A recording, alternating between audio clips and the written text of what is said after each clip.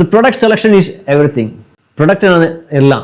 That means നമ്മളൊരു product നമ്മൾ തീരുമാനിക്കുക അല്ലെങ്കിൽ ഡിസൈഡ് ചെയ്യുക അല്ലെങ്കിൽ ഒരു കാര്യം സെല്ല് ചെയ്യുക എന്ന് പറഞ്ഞാൽ you are solving A pain point.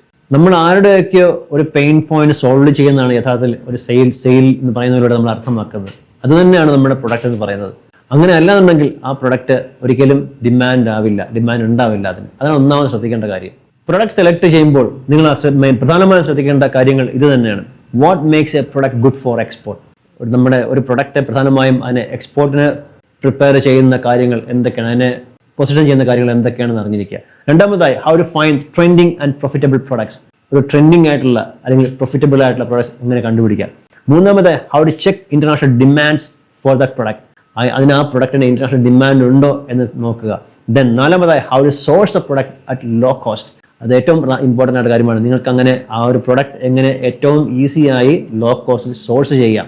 ഇത്രയും കാര്യങ്ങളാണ് മെയിൻലി നിങ്ങൾ അറിഞ്ഞിരിക്കേണ്ട കാര്യങ്ങൾ. ഇതറിയാൻ തീർച്ചയായും മാർഗങ്ങളുണ്ട്. So if you want to know, if you like to know how to do this, please comment below export.